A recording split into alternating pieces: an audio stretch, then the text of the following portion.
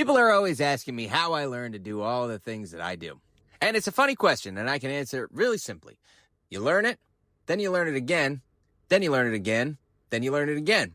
And how long does this process take? Well, forever.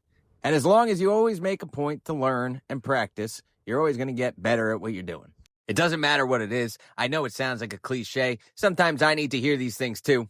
If you could picture this, you are not sitting in the room with me. I am literally sitting here talking to myself. And I need these type of assurances because I am on the cusp of, breaking loose, taking the leap, going out into business on my own. But I'm nervous. On one hand, I have a good job. I have health insurance for my kids. Nobody bothers me. I could take off literally anytime I want.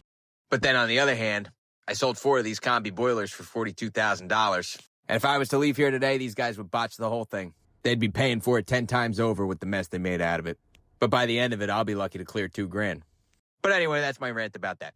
So this is a Rinnai combi boiler, 60,000 BTUs. The boiler that's coming out is actually 38,000 BTUs. And I have to repeat this process 3 more times after this. So I got 4 basements and a 4-family house. Each one has a 38,000 BTU boiler and a 40-gallon water heater. And all that's going to get replaced with this. Now, the main reason that I went with a Rinnai on this one was actually the cabinet size. The building got 3 feet of water in the last storm, so they want the unit to sit 3 feet off of the floor. Now, it's a 6-foot basement. This little guy is like 29 inches to the top of the flue. And I've already confirmed with Rinnai that I don't have a minimum distance to come out of the unit with Schedule 80 PVC for the vent or anything like that. I can come right off with a Street 90, so this is going to be the tightest fit that I can get. Now, as far as the equipment is concerned, this is my first time actually using one of the I-Series boilers. This is a redesign on Rinnai's part.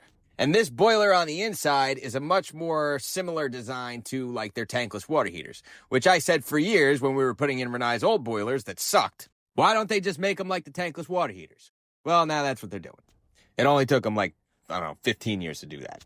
And I remember when they really started promoting this, they actually got Roger Wakefield to make a video explaining how a combination boiler works. And that really annoyed me that they picked a Texas plumber to be their ambassador.